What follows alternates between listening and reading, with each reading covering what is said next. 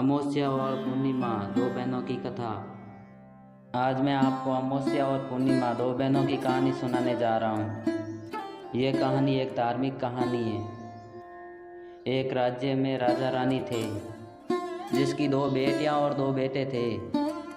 उनकी एक बेटी का नाम अमावस्या और दूसरी का नाम पूर्णिमा था। पूर्णिमा बहुत ही धार्मिक प्रवृत्ति की थी।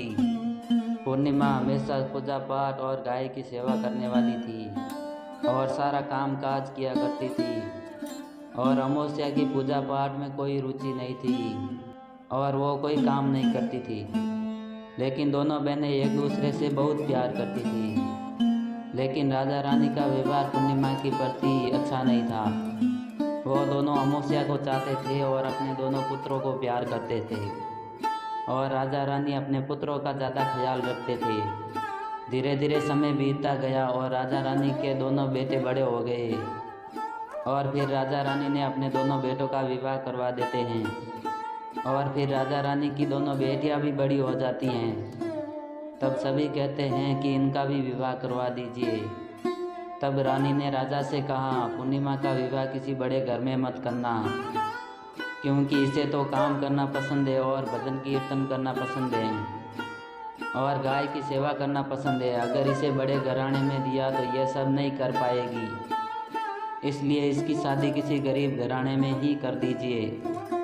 तब राजा ने कहा, ठीक है। तब राजा ने पूर्णिमा के लिए रिश्ता तलाशना शुरू कर दिया। अंत में राजा ने एक गरीब घर में पूर्णिमा का रिश्ता तय कर दिया। तब रानी ने कहा, महाराज, अमावस्या भी तो विवाह के योग्य हैं, इसके लिए भी वर देखिए और फिर दोनों बहनों का विवाह साथ साथ कर दीजिए। और फिर राजा ने पास ही के राज्य के राजा के बेटे से उसका विवाह तय कर दिया। और फिर राजा ने रानी को बताया तो रानी बहुत खुश हो गई और मन में सोचने लगी कि अब देखते हैं पूर्णिमा गरीब के घर कैसे रहती है, बहुत पूजा पाठ करती हैं। अब देखते हैं इसके भगवान इसकी कैसे मदद करते हैं। फिर समय आने पर राजा ने अपनी दोनों बेटियों का विवाह कर दिया। अमावस्या को बहुत धन दौलत दी, लेकिन पूर्णिमास्या को कुछ भी नहीं दिया। पूर्णिमास्या के भाई भाभीयों ने उससे बहुत प्यार करते थे, क्योंकि वो अपने भाभीयों का काम में हाथ बटाती थी। लेकिन अमावस्या उन पर रोब जमाया करती थी। फिर अमावस्या और पूर्णिमास्या दोनों ही अपने अपने ससुराल चली गई। एक समय की बात है, फिर अमावस्या ने अपने घर पर शिव चर्चा रखी। उसने सबको बुलाया, लेकिन अपनी बहन को नहीं बुलाया। पूर्णिमास्या अपने घर के दरवाजे पर बैठी थी। गांव की औरतों ने कहा, तुम्हारे बहन के घर शिव चर्चा है, तुम नहीं जाओगी? तब पूर्णिमास्या ने कहा, नहीं, मैं नहीं जा रही, क्योंकि मेरी बहन ने मुझे नहीं बुलाया, तो मैं कैसे जा सकती हूँ। तब गांव की औरतों ने कहा, नहीं बुलाया तो क्या हुआ, पूजा पाठ है, तुम चलो हमारे साथ। गांव की औरतों की बात मानकर पूर्णिमास्या शिव चर्चा में चली गई। जब अमावस्या ने पूर्णिमास्या को देखा तो वो गुस्से में बोली, जब मैंने तुझे अपने घर नहीं बुलाया तो तुम मेरे घर क्यों चली आई? अब आ गई हो तो चुपचाप एक जगह बैठी रहना, इधर उधर मत घूमना। पूर्णिमास्या की गरीबी का बहुत मजाक उड़ाया। पूर्णिमास्या की आंखों से आंसू बहने लगे। पूर्णिमास्या ने भगवान शिव से प्रार्थना करने लगी, हे भगवान, आप मेरे पर कब कृपा करेंगे? आखिर मेरा कसूर ही क्या है? क्या पूजा पाठ करना, गाय की सेवा करना, काम करना गलत बात है? भगवान, अब मुझ पर रहम करो। इस तरह वो भगवान से विनती करने लगी। तभी शिव चर्चा पूरी हो गई और अमावस्या ने सबको प्रसाद दिया, लेकिन पूर्णिमास्या को भगवान शिव का प्रसाद नहीं दिया। वो बिना प्रसाद के ही अपने घर गई। वो रास्ते में सोचती हैं कि घर पर बच्चे प्रसाद मांगेंगे तो मैं उनको क्या जवाब दूंगी। फिर उसके मन में विचार आया, क्यों ना मैं अपने भैया भाभी से मिल के आऊँ। फिर वो अपने पति और बच्चों को बताकर अपने मायके जाने के लिए निकल गई। चलते चलते उसे एक तुलसी का पेड़ मिला। वहाँ पर एक चबूतरा बना था, जिस पर एक बूढ़ी माँ ही बैठी थी। उस बूढ़ी माई ने पूर्णिमास्या से पूछा, बेटी, तुम कौन हो और कहाँ जा रही हो? तब पूर्णिमास्या ने बूढ़ी माँ को अपना परिचय दिया। तब बूढ़ी माई ने पूर्णिमास्या से कहा, बेटी, मेरा तुलसी का पौधा सूखा जा रहा है, इसमें थोड़ा जल डाल दो और फिर इस चबूतर की भी थोड़ी धुलाई कर दो, जिससे थोड़ी ठंडक मिलेगी। तब पूर्णिमासी ने चबूतरे को धोया और तुलसी की पूजा की और उसमें जल डाला और फिर बूढ़ी माई को भी स्नान कराया और उनके चरण दबाए।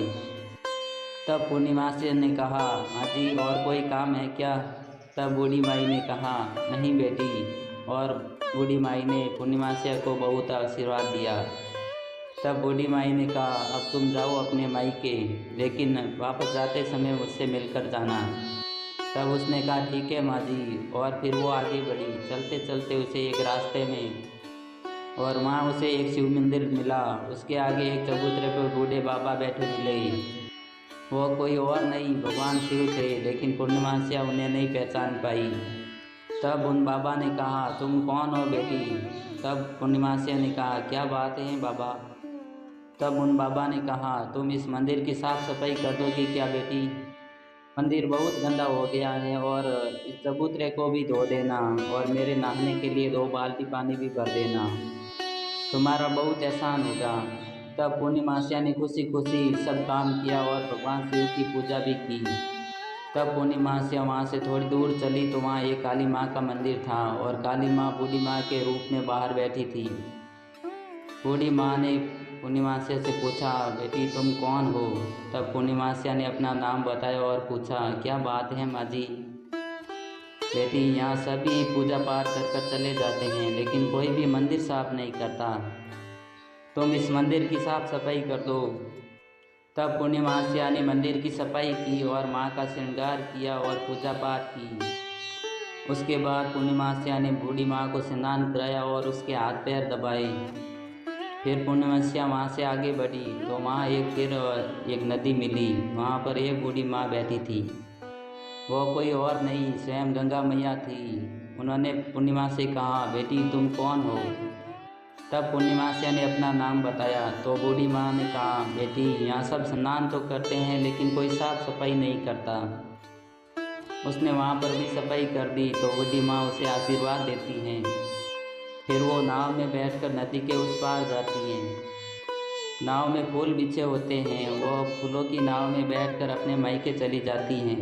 पूर्णिमासिया को देखकर उसके भाई भाभी बहुत खुश हो जाते हैं और पूर्णिमासिया की बहुत खातिरदारी करते हैं, सब बहुत बातें करते हैं। फिर जब सुबह ननद वापस जाने को होती हैं तो एक भाभी ने लाल साड़ी दी और बोली, ननद जी इस साड़ी को पहन लो और हाँ जल्दी जल्दी आया करो, बहुत दिनों की बाद आती हो। फिर पूर्णमासिया ने अपनी भाभी से कहा, ठीक है भाभी, आप जब भी बुलाओगी मैं चली आऊँगी। फिर पूर्णमासिया ने लाल साड़ी पहन ली और साज श्रृंगार कर लिया। भाभीयों ने बहुत थैले भरकर गहने और धन दौलत दी। फिर पूर्णमासिया घर से निकल गई। चलते चलते उसे रास्ते में फिर वही नदी मिली और वो नाव में बैठकर वो उस पार चली गई। फिर उसे वहीं बूढ़ी माई मिली जो कोई और नहीं, स्वयं गंगा माई थी। उन्होंने कहा, बेटी आ गई अपने मायके से?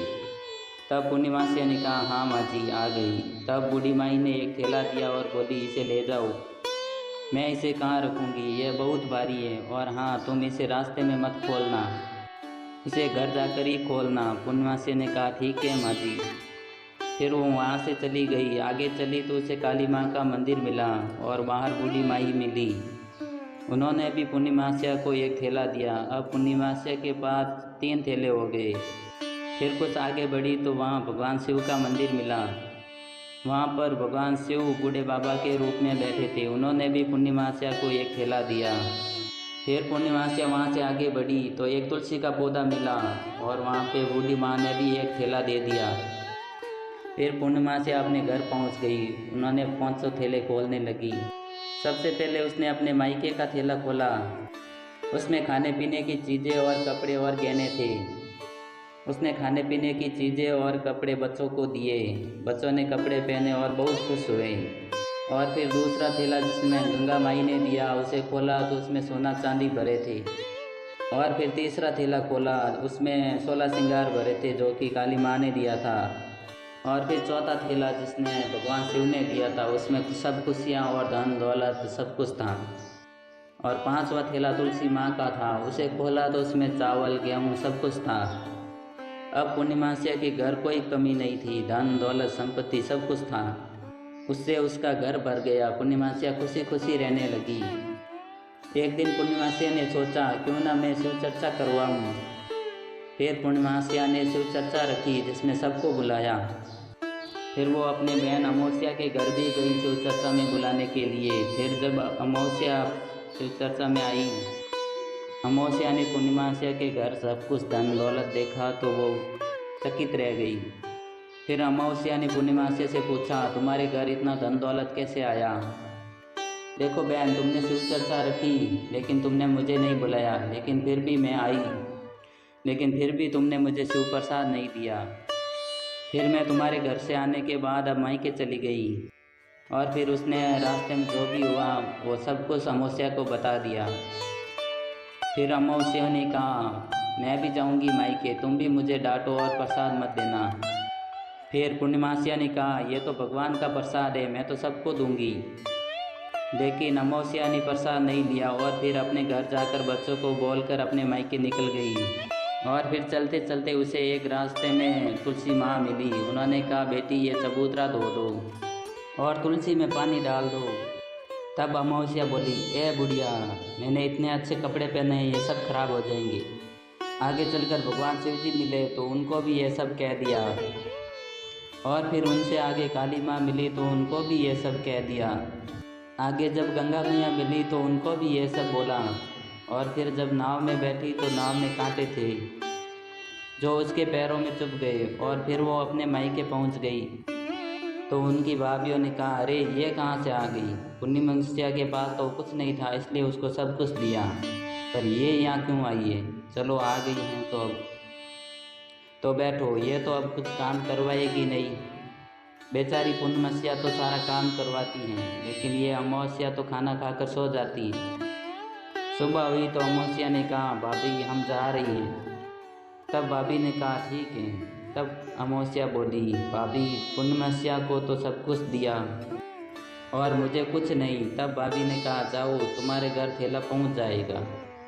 फिर जब अमावस्या चली गई तो आगे गंगा मैया मिली। गंगा मैया बोली, आ गई बेटी। तब अमावस्या ने गंगा मैया से कहा, आपने पूर्णिमा को तो थैला दिया, मुझे कुछ नहीं दोगी? तब गंगा मैया ने कहा, ठीक है बेटी, तुम घर जाओ, हम घर थैला भिजवा देंगे। ऐसे ही काली मैया ने भी कहा और ठीक ऐसे ही भगवान शिव और तुलसी माता ने भी कह दिया। जब वो अपने घर पहुंची तो उसके आंगन में 5 थैले रखे हुए थे। जब अमावस्या ने 5 थैले खोले तो किसी में सांप, किसी में कंकड़, किसी में मिट्टी, किसी में पत्थर थे। ये सब देखकर अमावस्या ने अपना माथा पीट दिया और बोली, हे भगवान, मुझे मायके में भी कुछ नहीं मिला और यहाँ भी कुछ नहीं मिला। फिर जब अमावस्या दौड़कर पूर्णिमा के पास जाती हैं और बोलती हैं, तुम्हें इतना सब कुछ मिला और मुझे कुछ भी नहीं। तब पूर्णिमासिया ने कहा, मैं मायके जाती हूँ तो भाभीयों के साथ काम करवाती हूँ, तुम कुछ नहीं करवाती। तुमने भाभीयों की कभी भी कोई मदद नहीं की तो भाभियाँ तुम्हें क्या देती? ठीक वैसे ही तुमने गंगा मैया को ठुकरा दिया, शिव जी, काली माँ, तुलसी माँ, सबको ठुकरा दिया, इसलिए भगवान जी ने तुम्हें कुछ नहीं दिया। तब अमावस्या कहती हैं, बहन मुझे माफ़ कर दो, मैंने तुम पर सदा अत्याचार किया, लेकिन इसमें मेरा कोई कसूर नहीं है। लेकिन मुझे अभी कुछ नहीं मिला, लेकिन मैं भक्ति करके सब कुछ पा लूँगी। तब पूर्णिमासिया बोली, देखो बहन, 3 सूत्रों का ज्ञान ले लो। पहले सूत्र में दया मांगना और दूसरे सूत्र में चर्चा करना और तीसरे सूत्र में ओम नमः शिवाय का 108 बार जाप करना। बहन, भगवान ने जो ये 3 सूत्र दिए हैं वो प्रसाद के रूप में ग्रहण कर लेना और हृदय में बसाना। मैंने सच्चे मन से भगवान का पूजा पाठ किया, सबकी सेवा की, सबका काम किया, इसलिए मुझे सब कुछ मिला और तुम्हारे पास जो भी था वो सब कुछ खत्म हो गया। तब अमावस्या अपने घर गई और पूजा पाठ करने लगी और भगवान शिव से माफ़ी मांगने लगी। जय हो भगवान शिव की। यदि आपको हमारा ये वीडियो पसंद आया हो तो हमारे चैनल को सब्सक्राइब करें और वीडियो को लाइक ज़रूर करें।